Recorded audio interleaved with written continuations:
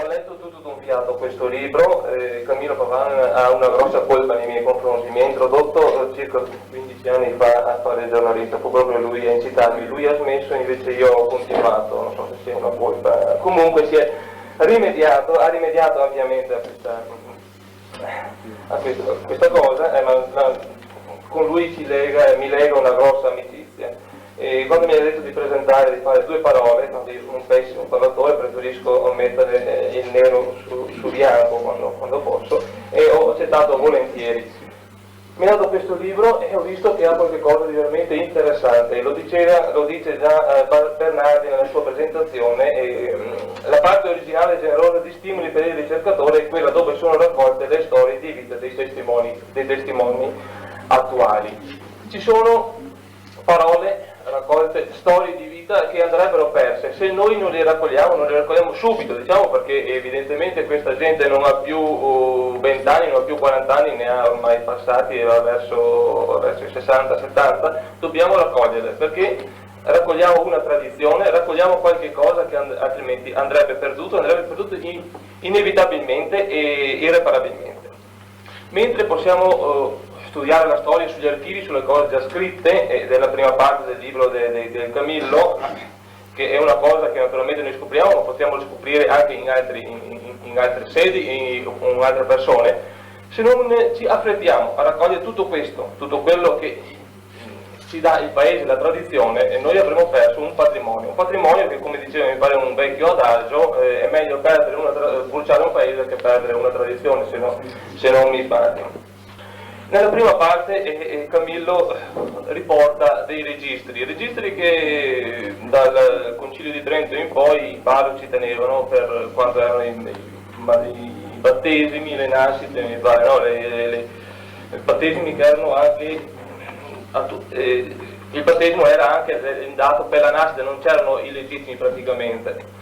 Ed erano una specie di giornali, gli unici giornali che abbiamo per la verità del tempo, visto che parliamo di giornali. Era una cosa, una periodicità che non era naturalmente prestabilita, ma che ci dà una fotografia di quello che era la nostra terra nel passato. Diciamo che con questo testo Camillo introduce o segue un filone che si sta muovendo molto attivamente, mi pare, nella Marca Trevigiana. C'è una proliferazione di studi, alcuni buoni, qualche altro meno buono, qualcuno con una grossa spesa da parte delle amministrazioni, ne abbiamo visto spesso, qualcuno invece che deve essere pubblicato un po' così artigianalmente. Noi speriamo che questo libro di Camillo possiamo in qualche maniera farlo pubblicare in maniera che venga valorizzato meglio. Diciamo che c'è una grossa richiesta anche da parte del pubblico, e lo vedo qui, la sala è piena, di noi stessi, di quello che eravamo, di quello che erano i nostri, diciamo, predecessori non molto ancora vivi. Cioè abbiamo il piacere di conservare quello che siamo, quello che erano le nostre, ormai se ne parla spesso, tra virgolette, radici, cioè noi sentiamo questa terra come nostra, qui si parla del Sile, in altre parti si parlerà della montagna, si parlerà della campagna, cioè non vogliamo che vada perso quello da cui noi siamo discesi e questa tradizione che in fin dei conti ci ha formati. Prima parlando con degli amici dicevamo, ma vediamo qui tante parole dialettali, trevigiane, e anch'io che non sono poi più tanto giovane, alcune non me le ricordo. Sicuramente questi ragazzi qui che hanno 10 anni, probabilmente se le leggono non sanno più cos'è. Dicevamo partoè, tanto per dire che sicuramente è una parola che molti di noi sanno, ma se andiamo a chiedere a qualcuno, qualche ragazzo delle 6-7 anni elementari probabilmente non sa più cos'è. Dico il partoè perché ho visto questa parola o tante altre. Le nasse sicuramente io che non ho vissuto sul fiume non sapevo cos'erano e ho imparato adesso cosa sono. La raccolta di queste fonti orali che, per dirla così, citando i greci, erano i logografi, cioè quelli che scrivevano le cose dette, la vera storia, è il pregio di questo libro, di questo opuscolo che ha questo grosso merito. Un merito che Camillo ha ha messo insieme in 2 anni di lavoro, in questi ultimi 6 mesi veramente si è dedicato anima e corpo, la moglie, la signora mi ha detto che era elettrizzata in questi ultimi giorni.